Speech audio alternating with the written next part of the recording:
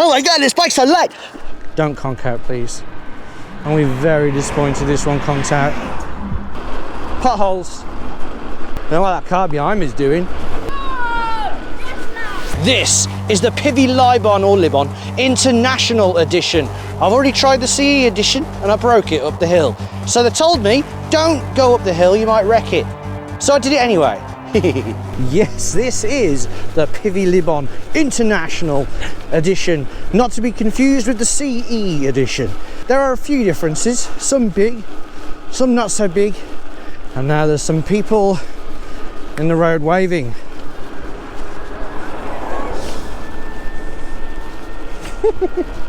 I'm currently on the throttle though, and we're going a not bad 20 miles an hour for this small bike.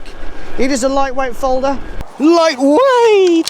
It's one of them bikes that you'd want to take on public transport, on the train, things like that. What sets this apart from all your average bikes? Apart from its lightness, it's its posh features like the hydraulic brakes and the torque sensor. We'll get more into these things later on, but also the dual battery and massive 260 kilometer range. Who needs to take this on public transport? And if you did, you're going to go a long way. So let's just knock it down a sec. I am in pedal assist 1. This being a torque sensor, it wants you to engage the belt because it's got a posh belt drive rather than the chain. When it feels that, it gives you a bit of speed. So I'm going about 12. I need to cross here though, so I'm going to use the throttle because I don't want to get stuck and die. There we go. Right, so back into pedal assist 1, and I'm going about 14, 13. It's going to drop to about 12 miles an hour. Pedal assist 2 takes us to about 14.7. It's not too bad. And then pedal assist 3. This is with not much effort at all. I'm just kind of engaging. You know, when you can feel the chain, or in this case the belt.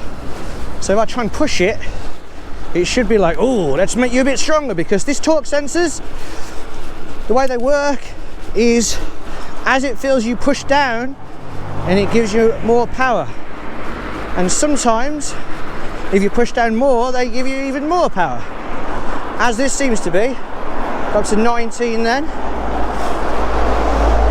I can tell straight away we're going to struggle to go really fast on this because we get to test it now on a bit of a hill climb at the lights. How long does it take this torque sensor to kick in? I'm not going to use the throttle because of course you don't have to have the throttle on. I put it on. Right, let's go. Oh, instant. That was pretty good, that was. I felt it straight away. That's a good torque sensor in terms of that. Now we got front suspension. So yeah, it's got front suspension. First bit of bad news though, I don't know what it is with PVY and their front suspension. They bring out these really nice bikes with all this cool stuff like the hydraulics and the torque sensor and the belt drive, and then they give you this shoddy front suspension. I can bottom it out, and on the way up it goes duck, duck, duck, duck like that. They've done this before, PVY have. Let's hope the rest of it's quite good. Like, you can hear that. Oh, it's not great. One difference between this and the CE Edition, which I've already had by the way, but it broke. I've talked about that in a video about that versus the Z20 Max. But yeah, it broke up the hill. They said when you get this one, don't go up Sandy Lane because the controller might burn out. That's what happened last time. I went up Sandy Lane and then the speedo kind of messed up. This one's got 50 newton meters of torque apparently. Let's see if it does any better. It's got a different motor as well. It's got like a metal motor. It's still meant to be 250 watts, but I think it unlocks to 500. This is already unlocked. 3, 2, 1, go. Throttle only now. I'm glad there's a throttle because it's really awkward when a torque sensor without a throttle. You can't take it up there without pedaling because you need to pedal to get the power, so you can't measure it fairly. Right, 12. Don't conk out, please. I'm going to be very disappointed this one conks out. Okay, it doesn't look like it's going to make it up.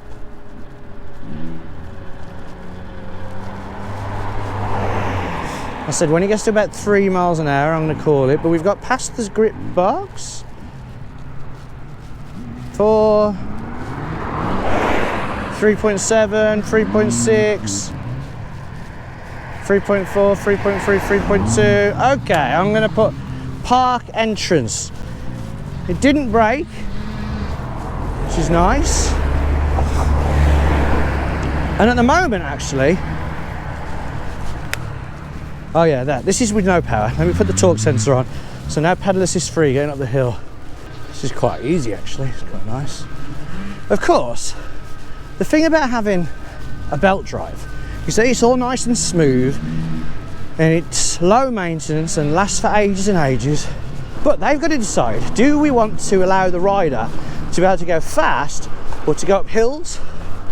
Because they don't usually have gears, do they? So if I try and go fast now,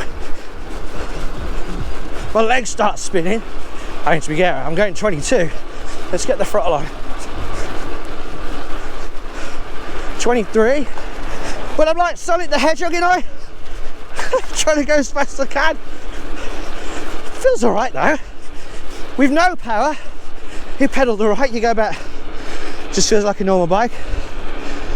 And now it's staying at 23.3. That's not too bad. When you're on a really lightweight bike, going 23, it's really satisfying. They could have used a gear ratio that allowed me to pedal a bit more, maybe up the speed a bit more. But then I might struggle to get up the hill and help the bike, which of course then would put more pressure on the motor. And it's more likely to like burn out the controller.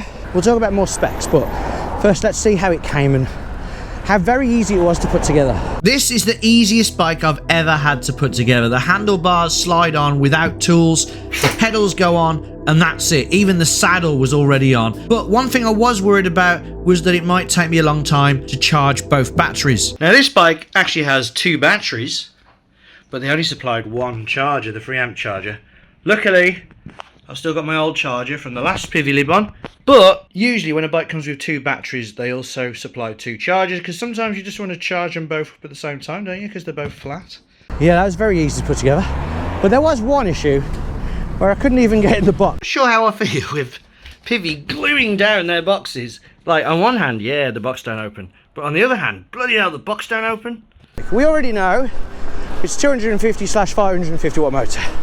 We know it's got 2 batteries. Those batteries are in the saddle stem, which is what you get anyway, and that is a 10 amp hour battery.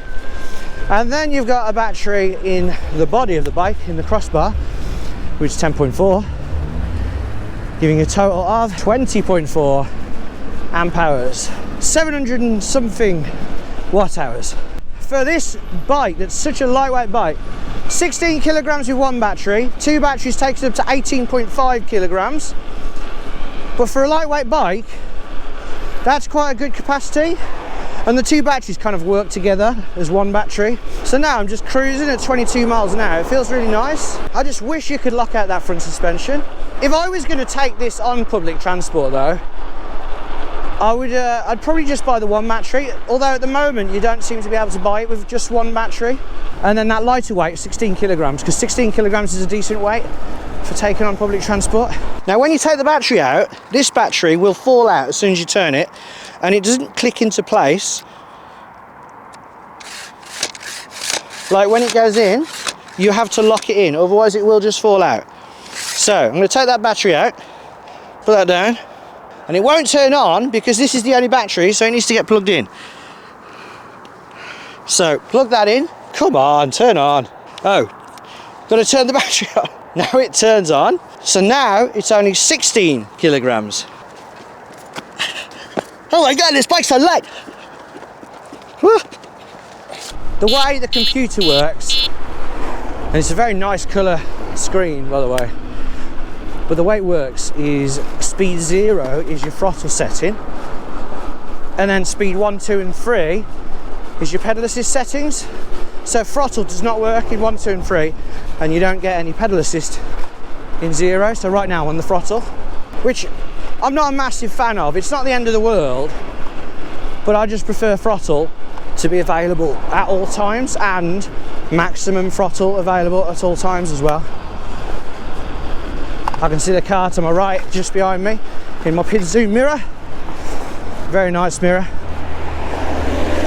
A bit close. So much room on the other side, but didn't want to go over there for some reason. Right, we've got a bit of no one behind us. Let's try and do a 20 mile an hour brake test. 20 miles an hour here. Whew. Wow, that was pretty cool. So there, like, what, 3 meters, 2.5 meters. That was an impressive, no drama brake test. I like it. Well, you'd expect that from hydraulic disc brakes. And the great thing about them is you don't need to yank down that hard. So if you do have a bit like a weak grip, then they're ideal. But so far, I am enjoying this bike. I'm enjoying a lightweight bike. And I really wanted to like it last time when I had the other one, but it's just a shame it just broke. Let me know in the comments if anyone else has had a Libon and they've had any problems with the motor, because other than that, I really liked it. But like I've already said, I don't understand why they have all this expensive stuff on the bike and then skimp out on the front suspension. Budget bikes have lockable front suspension. I don't get why they wouldn't on this. Is it just to save weight? You can't add that much, surely. Especially as, although this is a decent torque sensor, and if you like torque sensors, then great. I'm pretty sure the torque sensors is one of those things that a lot of people don't care about. Like a selling point, torque sensor being a selling point, I think very few people care about. Also, the belt drive, I reckon a lot of people would just prefer to have gears. Like, it doesn't cost that much to change a chain, and they don't break that often anyway, especially on an e-bike with a hub motor, because the chain's not really being used, so it's actually being protected. So yeah, there's no gears, obviously, no Shimano to talk about.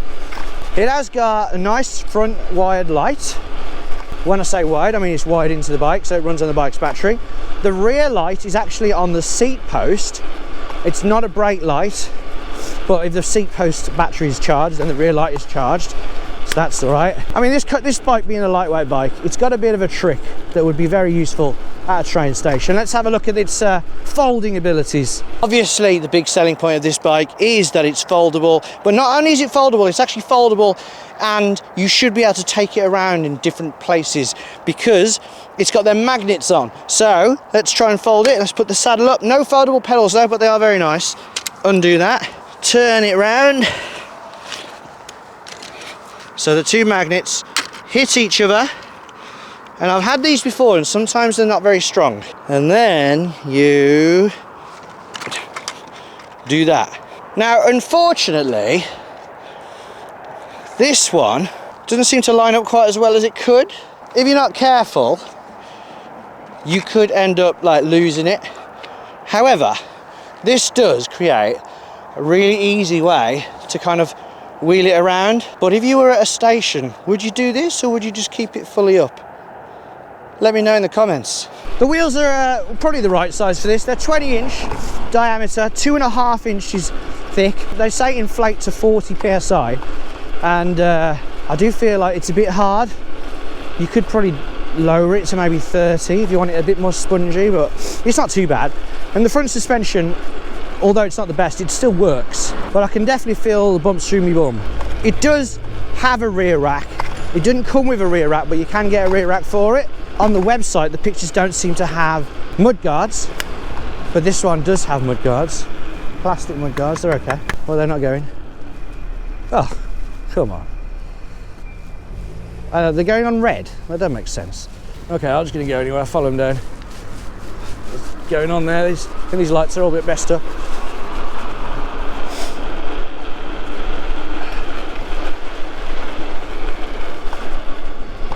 So who's this bike for then? It's definitely for the commuter, whether that be the long range commuter with its massive batteries, or the short range last mile with its lightweight. It does it all basically. Because the tyres aren't really thin, it can go off-road as well. It's not an off-road bike, but it can go over stuff. The rough ground is no problem for it. I do really like it, and it's so close to being the perfect bike, but there's just those issues. If I was to change this bike, one, I'd get rid of the torque sensor, plus that would save a bit of money.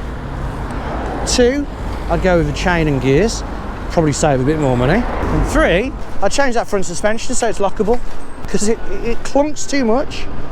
But if you like torque sensors and if you like belt drives, then this bike is nigh on perfect for you at 1,200, I think. But then we'll have a discount code, either 50 or £100 off, e-VRC, and then the number. It is a proper like premium feeling bike, from the hand grips that are better than your standard hand grips. They've got your flare arches, the fact that they give you the option of the throttle so you can keep it legal, folding mechanism, which is so cool. Oh yeah, the computer, I totally forgot. I would love it if the throttle just works and everything. If they can just quickly change it, do a revision. Because what I like doing is I like using the throttle to go away, so like take off, to pull away. But then I just like pedaling in pedal assist to keep me going. I don't want to keep holding down the throttle, because I do find it hard, like it aches after a bit, holding down the throttle. However, it does have cruise control, which is activated right now, so I'm not currently holding the throttle, so that kind of helps. The computer has a percentage reading, so it says I'm down to 75%. I'm not sure how accurate that is, because when I turned it on after charging, it was 97%. And then when I turn the other battery on, it's still 97%. Now would probably be a good time to talk about the range. After about 20 miles, one battery was reading 37% and the other 87%. I know this because I disconnected each battery in turn. When both are connected, it seems to give the reading of the higher battery, and the bike runs perfectly well on either battery, but you wouldn't run perfectly well if you didn't have a saddle. So whilst the two batteries seem to act like one big battery, they don't get run down simultaneously. In terms of range, could we get 260 kilometers? Well, if I was lighter and I rode slower without a throttle, I do think we could. At full speed with throttle, 20 miles has left us with more than half a battery, so we should easily get 40 miles at good speeds from a full battery. And with that torque sensor, if you put in a bit of effort, you will go very far. Oh, potholes. That dodgy front suspension is not a big fan of potholes. I know what that car behind me is doing. I think they're getting really like tetchy, but they want to overtake. I really want to overtake them. I must overtake on this residential area in front of a school. It's nice to get cheered on. So yeah, that was the PVY Libon, or Libon International Edition.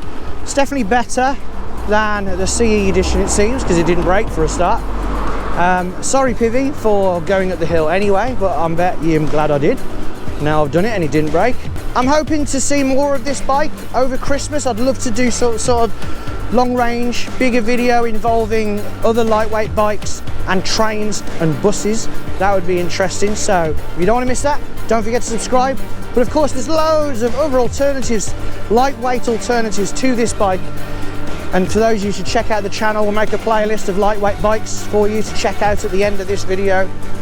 And thank you for getting this far. If you didn't enjoy that video, hit that thumbs down button. I did that in the wrong order, didn't I? But if you enjoyed it, I would appreciate the thumbs up. And until next time, ride safe.